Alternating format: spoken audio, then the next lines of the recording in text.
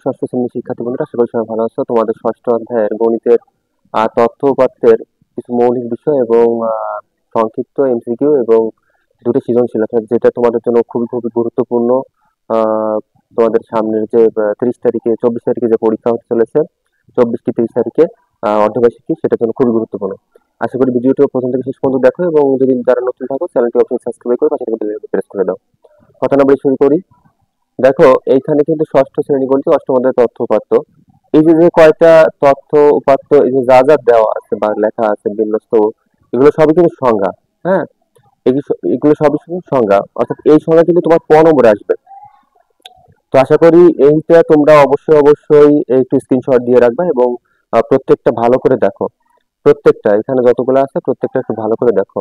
তথ্য উপাত্ত, বিন্যস্ত, অবিন্যস্ত উপাত্ত কাকে বলে, গড় কাকে বলে, মধ্যক, প্রচুরক, রেখাচিত্র, এটা কিন্তু কমন। তুমি একটা প্রশ্ন, একটা কি এমনকি দুইটা প্রশ্ন পেতে পারো। হ্যাঁ, দুইটা প্রশ্ন এখান থেকে তুমি কমন পাবা আশা করি। তো দেখো, আমরা পরেরটা চলে যাচ্ছি। এবার আমরা চলে যাবো হচ্ছে আমাদের এমসিকিউ তে। এমসিকিউ 10টা, এখানে এমসিকিউ 10টা এমসিকিউ তোমাদের জন্য খুবই গুরুত্বপূর্ণ। চলো, পরিসংখ্যান উপাত্ত কয় প্রকার? পরিসংখ্যান উপাত্ত মাত্র কিন্তু এইখানে বিষয়টা জানানো হয়েছে। পরিসংখ্যান উপাত্ত কিন্তু দুই প্রকার। কয় প্রকার? দুই প্রকার, একটু খেয়াল করো। উপাত্ত আছে দুই প্রকার, একটা আছে মাধ্যমিক উপাত্ত, আর একটা আছে কি, একটু খেয়াল করে দেখো, বিন্যস্ত উপাত্ত, সরি বিন্যস্ত উপাত্ত, একটা অবিন্যস্ত উপাত্ত। একটা বিন্যস্ত উপাত্ত, একটা কি অবিন্যস্ত উপাত্ত। দেখো, পরিসংখ্যানের উপাত্ত কিসের উপর ভিত্তি করে করা হয়? তাহলে এটার অ্যান্সার হবে সংখ্যার উপর ভিত্তি করে, সংখ্যার উপরে। এটার অ্যান্সার হবে সংখ্যার উপর ভিত্তি করে। এরপরে আছে 3 নম্বরে সংখ্যা, কোন সংখ্যা আমাদের ততকে কি বলে?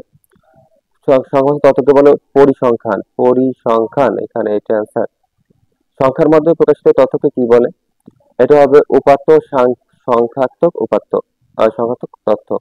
নিচের কোনটি পরিসংখ্যান? 3 জনের ছাত্রের নম্বর, অবশ্যই এটা আছে পরিসংখ্যান একটা। এটা একটা কি, পরিসংখ্যান।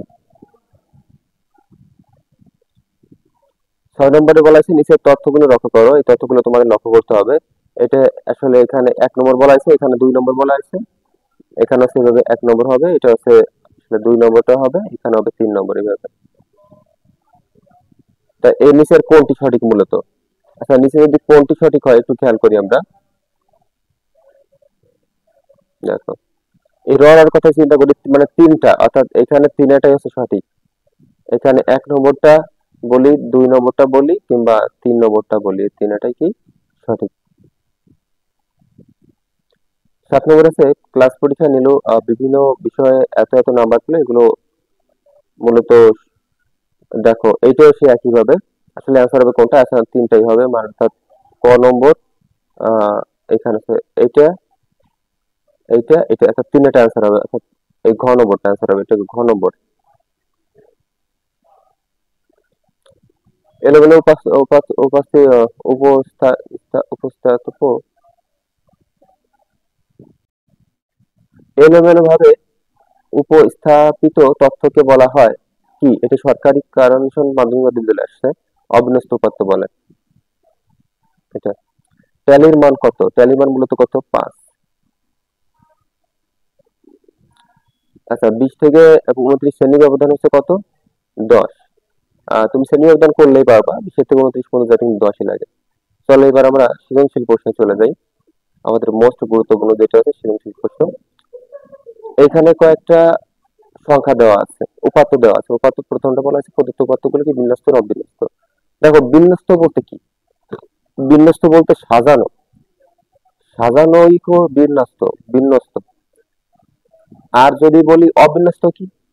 অবিন্যস্ত হচ্ছে সাজানো না, অর্থাৎ এটা হচ্ছে সাজানো না যদি হয় তাহলে পরে সেটা অবিন্যস্ত হবে, মাথায় রেখো। সাজানো হলে বিন্যস্ত, সাজানো না হলে অবিন্যস্ত। তাহলে আমরা ক নম্বরে আছে, দেখো যে উপাত্তগুলো ঊর্ধ্বক্রম বা অধক্রম সাজানো থাকে সেগুলো উপর থেকে বিন্যস্ত উপাত্ত বলে। এখানে উপাত্তগুলো ক্রমে ক্রমে সাজানো হয়, তার মানে এটা অবিন্যস্ত উপাত্ত। উল্লেখ উপাত্ত সমূহকে সারণীভুক্ত করে গড় নির্ণয় করো। সারণীভুক্ত করতে পারো। তাহলে প্রাপ্ত নম্বর তোমার কত ছিল? 30, 35, 40 এভাবে পর পর প্রাপ্ত নম্বরটা যা যা ছিল এখানে তোমার এখানে লিখতে হবে। হ্যাঁ, পরপর সিরিয়ালে। এই যে, তার আগে তোমার কি কাজ করতে হবে? ওই যে যে তুমি এটা যে পেয়েছিলা উপাত্তগুলো, কতগুলোকে ক্রমানুসারে সাজাইতে হবে, পরপর সিরিয়ালে সাজাইতে হবে। সাজানোর পরে এই যে নিচে লেখা রয়েছে, দেখো একটু খেয়াল করো, 30 এভাবে লেখানোর পরে তাহলে ছাত্রছাত্রীর সংখ্যা আমার আছে 2 জন ছাত্রছাত্রীর সংখ্যা, তারপরে 35-এ আছে 1 জন, 40-এ আছে 2 জন, এইভাবে। আর প্রাপ্ত নম্বর গুণন হচ্ছে ছাত্রছাত্রীর সংখ্যা, এখানে মূলত গুণ হবে। তাহলে পরে 3 দুগুণে 60, 35 35 এইভাবে পরপর সিরিয়ালে তোমরা করে ফেলবা। দেখো এটা করার পর সুতরাং গড়, গড় বলতে কি এখানে যোগ করে আমার কত পাইছে, এখানে মোট মোট যোগ করে হয়েছে কত, 13,000 এবং দশক শতক হাজার অযুত লক্ষ, 1,30,000 20। তাহলে আর সমান হচ্ছে 65, তাহলে গড় আসবে মোট কি 65, অর্থাৎ গড় কি রাশিগুলো যোগ করলে বাকি রাশির সংখ্যা।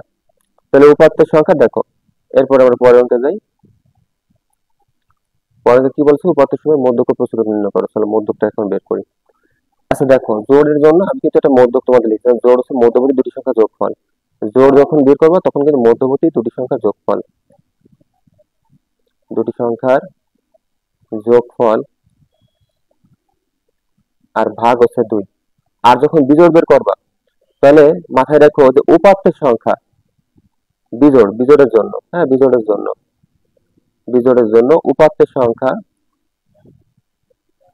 যোগ 1 ভাগ হচ্ছে 2, এটা মাথায় রাখবা। কিন্তু বিজোড়ের সময় মাথায় রাখবা, এইটা বের করার পরে তুমি যেটা পাবা প্রথমে ক্রমানুসারে সংখ্যার সাথে সাজাবা।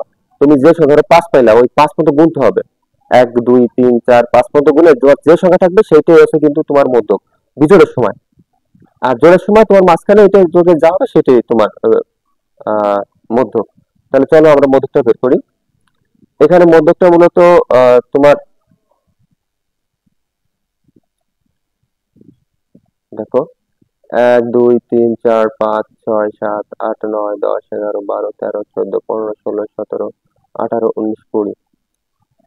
তাহলে মোট আছে সম্ভবত 20টি। হ্যাঁ 20টি হলে তাহলে 10-এর অর্ধেক, হ্যাঁ অর্ধেক যদি হয় তাহলে তোমার এখানে মধ্যক হবে 10 নম্বরের 11 নম্বর মানে সমষ্টির অর্ধেক। তাহলে 10তম পদ আছে 65 আর 11তম পদ আছে কত 70। তাহলে এই দুটোকে যোগ করো, 65 আর যোগ আছে 70 আর ভাগ আছে কত 2। তাহলে এটা আসে, মানে এটা তুমি যোগ করে দেখো 67.5 আসে, তার মানে এটাই তোমার অ্যান্সার। আর প্রচুরক হচ্ছে সেই সংখ্যা যে সংখ্যা অধিকারে থাকে। ধরো আমি যদি বলি 5 4 3 3 2 8, তুমি যেন ভেবো না যে 8 বড় 8টা প্রচুরক, না না এই 3 হচ্ছে প্রচুরক, কারণ 3 দেখো অধিকারে আছে, তার মানে 3টা হচ্ছে প্রচুরক। আশা করি বুঝতে পেরেছো। তাহলে প্রচুরক আমরা শিখে গেলাম। এবার 2 নম্বরে আসি গড় বা রেখাচিত্র। এখানে মূলত প্রথম দ্বিতীয় তৃতীয় উপাদ দেওয়া আছে, আর এখানে কিন্তু রান দেওয়া আছে, প্রথম ওভার এত রান, দ্বিতীয় ওভার এত রান, তৃতীয় ওভার এত রান, পরপর সিরিয়ালে একটা রান দেওয়া আছে। এই যে পরপর সিরিয়ালে একটা রান দেওয়া আছে। তো চলো এখন আমরা অঙ্কে চলে যাই। তো আমাদের অঙ্কে কি বলেছে, রেখাচিত্র কি, রেখাচিত্র এইখানে সংজ্ঞাটা একটু পড়ে নাও, যে কোন তথ্য সমূহকে চিত্রাঙ্কন ও সহজে বোঝার জন্য রেখাচিত্রের মাধ্যমে উপস্থাপন করাকে রেখাচিত্র বলে, একটু মাথায় রেখো। এবার আসি খ নম্বরে, উপরে তথ্যের ভিত্তিতে রানের গড় নির্ণয় করো। রানের গড় মানে গড় রাশিগুলো যোগফল ভাগ রাশির সংখ্যা, তাহলে সবগুলোকে যোগ করো 76। আর রাশির কড়া সংখ্যা আছে মোট 10টা, 10 দিয়ে ভাগ দাও, তাহলে 76 ভাগ হচ্ছে কত 10, 10 দিয়ে ভাগ দিলে 7.6। এটাই হচ্ছে তোমার কি গড়। চলো লাস্টে যে অঙ্কটা আছে এটা হচ্ছে উপরের তথ্যের রেখাচিত্র অঙ্কন করতে বলছে, রেখাচিত্র। তাহলে রেখাচিত্র অঙ্কন করার জন্য আনুভূমিক যে রেখা আছে অক্ষ তোমার হচ্ছে আহ এখানে মূলত পুরোটা দেওয়া নেই। তুমি একটু খেয়াল করো, আমি তোমাদের যদি একটু বলি, মূলত তোমাদের গ্রিড পেপার থাকবে, হ্যাঁ গ্রিড পেপার থাকবে। তাহলে গ্রিড পেপার অনুযায়ী তোমার এখানে কার কত রান আছে সেই রান তুমি এখানে আগে থেকে বসিয়ে দিবা, হ্যাঁ বসিয়ে দিবা, বসিয়ে দিবা। একটু খেয়াল করো, ধরো কারো রান এখানে কত আছে, আমি এখানে একটু আসি। দেখো প্রথম ওভার আছে 10, তার মানে তুমি এখানে কিন্তু এখানে লিখলা 1, এখানে মূলত 5-5টা ঘর করে থাকবে, তাহলে এখানে 5, এখানে 10, এখানে 15, এখানে 20, এখানে 25 ভাবে দিবা। তাহলে এটা হচ্ছে প্রথম ওভার, ধরো এটা প্রথম ওভার, তারপরটা নিয়ে দ্বিতীয় ওভার, তারপরটা নিয়ে তৃতীয় ওভার, তারপরটা চতুর্থ, তারপরটা পঞ্চম, তারপরটা ষষ্ঠ ভাবে নিয়ে নেবো। তাহলে প্রথম ওভার যদি 10 থাকে তাহলে তুমি গুনে নেবা 1 2 3 4 5 6, তাহলে 10 হচ্ছে এই ঘর, তাহলে এই ঘরটা সুন্দর করে তুমি অঙ্কন করে দিলা। দ্বিতীয়বার কত 8, তাহলে 8 5 6 7 8, ধরো তোমার এখানে তো মোট পাঁচ পাঁচ করে ঘর নিচে, তাহলে পরে 8 ঘর গুনে সুন্দর করে 8 ঘরটা তুমি এখানে দিয়ে দিলা। তারপর তৃতীয় ঘর, এই যে তৃতীয়টা, এটা হচ্ছে দ্বিতীয় তোমার, তাহলে তৃতীয়, তৃতীয় হচ্ছে 5, তাহলে 5 হচ্ছে এই যে, তাহলে এখানে তুমি দিয়ে দিলা 5।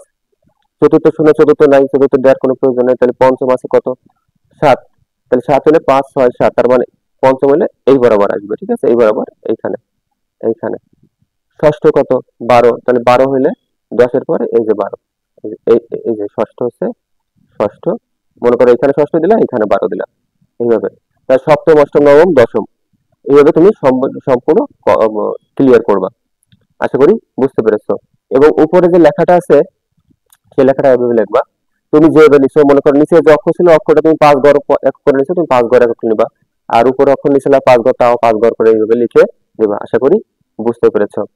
তো এই ছিল তোমাদের মূলত আহ দুইটা সৃজনশীল এবং এমসিকিউ আর গুরুত্বপূর্ণ কিছু তথ্য। আশা করি তোমরা এটা থেকে উপকৃত হবে। তোমাদের আশা করি ভিডিও ভালো লেগেছে। যদি ভিডিও ভালো লেগে থাকে অবশ্যই চ্যানেলটি সাবস্ক্রাইব করবে, পাশে থাকা বেল আইকনটি প্রেস করে দিও। সম্পূর্ণ ভিডিও দেখার জন্য সবাইকে অসংখ্য ধন্যবাদ।